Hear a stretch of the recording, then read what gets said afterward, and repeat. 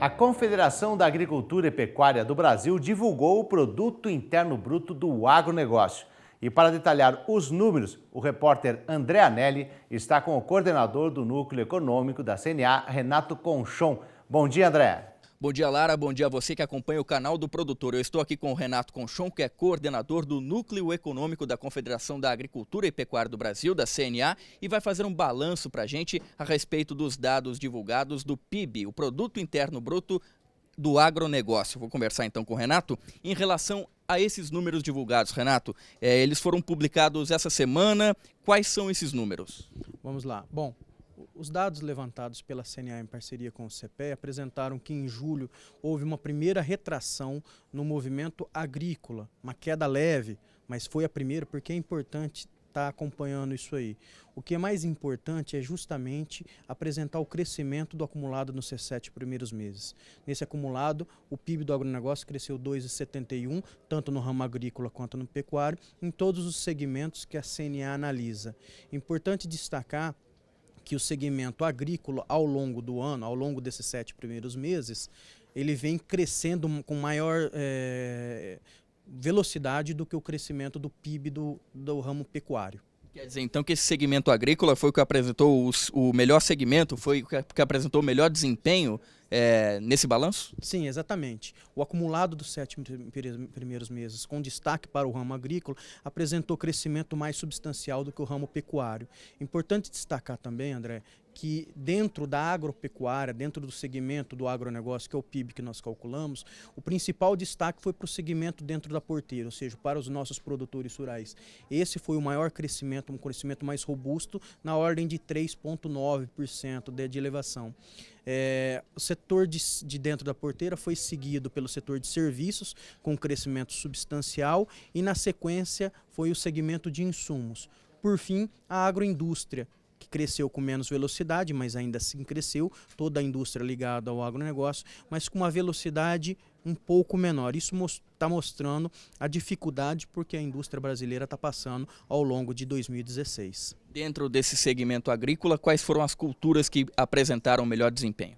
Bom, algumas culturas apresentaram um crescimento muito robusto, tal como a mandioca com quase 70% de crescimento, a laranja com 35%, a batata com 34%. Então são segmentos que apresentaram um crescimento bastante substanciais. Mas o destaque que a gente quer trazer hoje é principalmente para a cultura da soja e do milho. O milho cresceu quase 27%, a soja cresceu 11%, são números bastante significativos, muito por conta da composição da pauta de exportações, muito por conta da composição do volume produzido pelos nossos produtores brasileiros. Em relação à pecuária, qual que é a participação desse segmento no PIB do agronegócio divulgado? Bom, a pecuária sofreu um pouco, ela não teve tanto a dinâmica como o ramo agrícola. O destaque positivo foi para o crescimento do faturamento do setor de ovos, do setor de leite, mas a pecuária de corte, que tem um impacto, um volume muito mais substancial, ela trouxe uma queda muito significativa. Isso fez com que o ramo pecuário não crescesse com maior velocidade, com maior impacto. Então os destaques negativos são para a pecuária de corte e para suínos, muito por conta dos preços da soja e milho que impactaram na composição dos seus insumos, da ração desses animais.